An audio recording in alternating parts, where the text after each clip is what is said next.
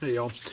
So this last Tuesday, apparently, there's a lot of things circulating online that was calling it like International Attack a Muslim Day with a point system on, you know, different actions that lead to more points from everything from, verbally accosting a Muslim to tearing off somebody's hijab, going into very severe, like throwing acid on a face, torturing, or even murdering a Muslim. And I think it's really easy to dismiss things as like, oh, that's, just the internet, just somebody being stupid. But this instilled very real fear.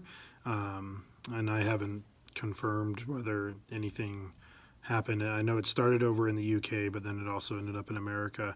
But there were masjids in America that were telling their people to not let their kids go to school and to stay home and to be safe. And so, I just think it's really important that as communities we validate our Muslim students, our Muslim families. We validate their existence, and we show them that they are valued and an important part of our community. And can you do that? The Bellevue Masjid was just burned down again. It was arson last year, and there was I think there was mental health issues that was involved in that one. And they said it wasn't targeting it because it was a mosque. But then this time it was a young man that was a high school student who burned down the mosque, and it was unoccupied. And for that purpose, they're not calling it a hate crime, that it wasn't, intentionally trying to harm any Muslims.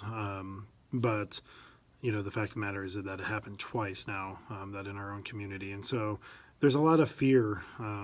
And I think that's the exact opposite of what we hope to accomplish as a nation. I think that if people give into fear about scapegoating an entire group and trying to portray them as a certain way, and that everybody's dangerous and everybody's trying to destroy America and all that, and you give into that fear, that you would dehumanize a person. That's the same place we got with Japanese internment, with Chinese exclusion, with all of the history of slavery and Jim Crow and the criminal justice, so-called criminal justice system. And so, I think that we need to be very wary as a country, and as members of our community, leaders in our communities, we need to make sure that we are very clear about where we stand on that, and that we don't allow incidents of hate to reflect the community as a whole, and that we rally around our Muslim brothers and sisters and make sure that they feel like they are part of the community and that they are valued and that they are allowed to freely exercise their religion as anybody else would.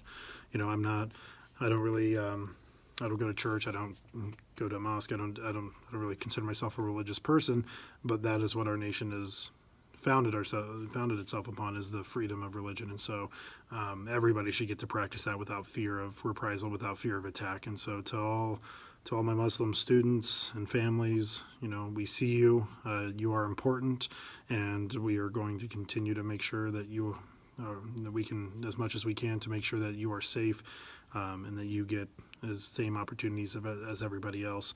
And to anybody who would look to do harm for a person because of their faith, shame on you, and you're a disgusting individual. And you should get help, because that's not okay. And as a society, we won't tolerate it. So we gotta use love to drive out hate. That's all we can do.